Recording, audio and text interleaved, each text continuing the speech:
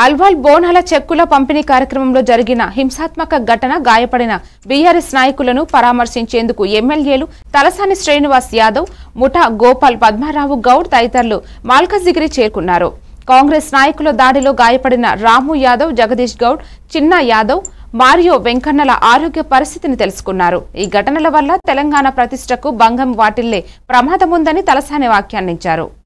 తప్పకుండా భవిష్యత్తులో ప్రజలు అన్ని నిర్ణయిస్తారు కాబట్టి ఈ రోజు మా టీం అంతా అందరి దగ్గరికి వెళ్ళినాం, పరామర్శించినాం, వాళ్ళ ధైర్యం చెప్పినాం. మేము ప్రజలకు కూడా ధైర్యం చెప్తున్నాం. మీరు పండుగలు ప్రశాంతంగా జరుపుకోండి.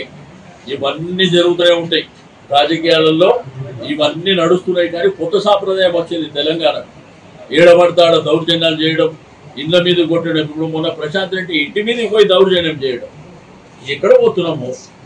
10 సంవత్సరాలు కేసీఆర్ గారి ప్రభుత్వం పరిపాలన చేసినప్పుడు ఏ రోజన్నా ప్రతిపక్షానికి సంబంధించినటువంటి నాయకులు ఇళ్ల మీదకి మేము పోవడం కానీ, మీటింగ్లలో గొడవ జరగడం కానీ ఏదన్నా సాంప్రదాయం చూసిండ్రా?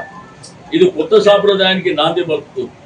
బట్ ఇది ఏమవుతుందంటే అల్టిమేట్గా పక్క రాష్ట్రాలు కానీ భారతదేశం ముంగట మన రాష్ట్రమే అవమానాల పాలవుతుంది.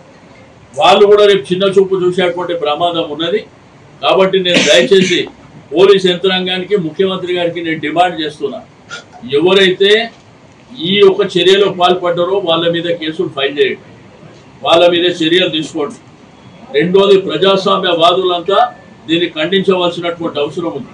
పార్టీలు వేరైనప్పటికీ వ్యవస్థలో చాలామంది ఉంటారు, రాజకీయాలకు సంబంధం లేని వాళ్ళు కూడా చాలామంది ఉంటారు. దీన్ని తప్పకుండా అందరూ ఖండం చేయవలసినటువంటి అవసరం ఉన్నది.